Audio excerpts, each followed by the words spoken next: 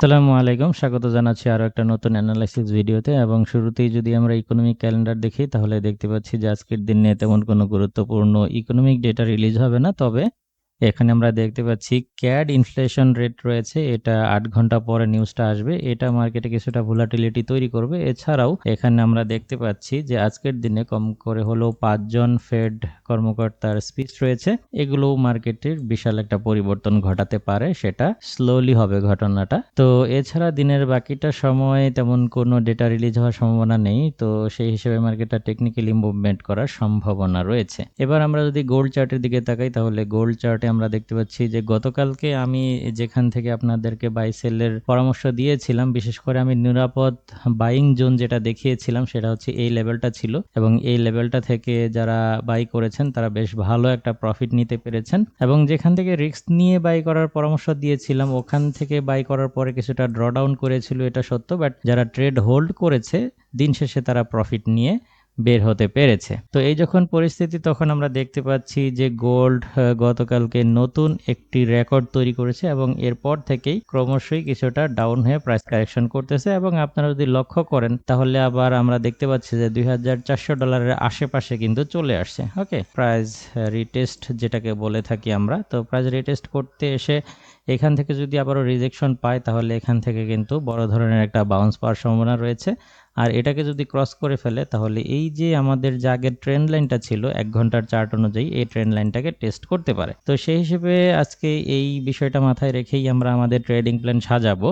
তো সেই হিসেবে ২,৪০০-র আশেপাশে আসলে আপনারা এখান থেকে একটা লং পজিশন নিতে পারেন। ওকে, তো আপনারা এখান থেকে এই আশেপাশে থেকেও নিয়ে নিতে পারেন অথবা ২,৪০০-তে আসলেও এখান থেকে একটা লং পজিশন নিতে পারেন। যাদের ইকুইটি কম তারা এই ৪০০-র নিচেই স্টপ লস দিবেন আর যাদের পর্যাপ্ত ইকুইটি রয়েছে তারা এই ট্রেন্ড লাইনের নিচে এসএল দিবেন এবং এটাই হবে বেস্ট পজিশন এসএল এর জন্য। তাই ২,৪০০-র নিচে স্টপ লস দিয়ে বা এই ট্রেন্ড লাইনের নিচে স্টপ লস দিয়ে বাই পজিশনের প্ল্যানিং করতে পারেন। আর সেলিং জোন হিসেবে আমরা এখানে প্রাইসগুলো নোট করে দিই, তারপরে আলোচনা করি। ওকে, মোটামুটি প্রাইসগুলো নোট করা শেষ। তাহলে আজকের দিনে আমাদের ট্রেডিং প্ল্যান হতে পারে যে আমরা ২,৪০০ থেকে লং পজিশন নিতে পারি এবং যাদের ইকুইটি কম তারা এই ৪০০-র নিচেই স্টপ লস লাগাবেন। আর যাদের ইকুইটি বেশি রয়েছে তারা ৪০০ থেকে লং পজিশন নেওয়ার পরে এটা যদি ড্রডাউন করে তাহলে আমরা ২,৩৮৭ থেকে আরও একটা রিকভারি এন্ট্রি নিতে পারি এবং এই সব কয়টার স্টপ লস আমরা ২,৩৭০-এর নিচে ইউজ করতে পারি। ওকে, এটা মনে রাখবেন যাদের ইকুইটি বেশি $১,০০০ উপরে তারা এই কাজটা করবেন আর যাদের ইকুইটি কম $১০০-২৫০ নিয়ে ট্রেড করতেছেন তারা ভুলেও এই রিস্কটা নিতে যাবেন না, সেই ক্ষেত্রে অ্যাকাউন্ট জিরো হয়ে যাবে।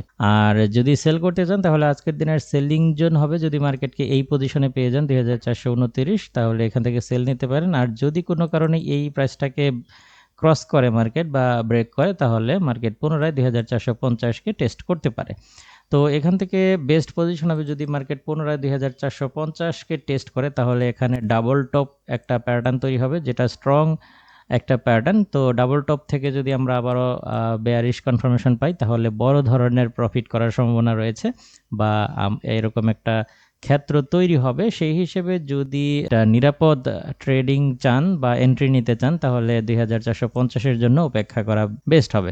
আমি আপনাদেরকে পরামর্শ দিব যে এখান থেকে যদি মার্কেটকে পেয়ে যান এখানে আপনারা একটা সেল পজিশন নিতে পারেন। যাদের ইকুইটি কম তারা এখানেই এসএল দিবেন এই সুইং পয়েন্টের উপরে। আর যাদের পর্যাপ্ত ব্যালেন্স রয়েছে তারা পুনরায় এটা ড্রডাউন করলেও এখান থেকে আরও একটা রিকভারি এন্ট্রি নেবেন এবং দুটো ট্রেডের স্টপ লস $২,৪৫১ ইউজ করবেন। আশা করি বুঝতে পেরেছেন। তো এই ট্রেড সেটআপ অনুযায়ী আপনারা আপনাদের ট্রেডগুলো আজকের দিনে খুব সুন্দরভাবে ম্যানেজ করবেন এই প্রত্যাশায় আজকের ভিডিও এখানেই শেষ করছি। দেখা হবে পরবর্তী কোনো ভিডিওতে অন্য কোনো টপিক নিয়ে। সে পর্যন্ত আপনি ভালো থাকুন, সুস্থ থাকুন। আল্লাহ হাফেজ।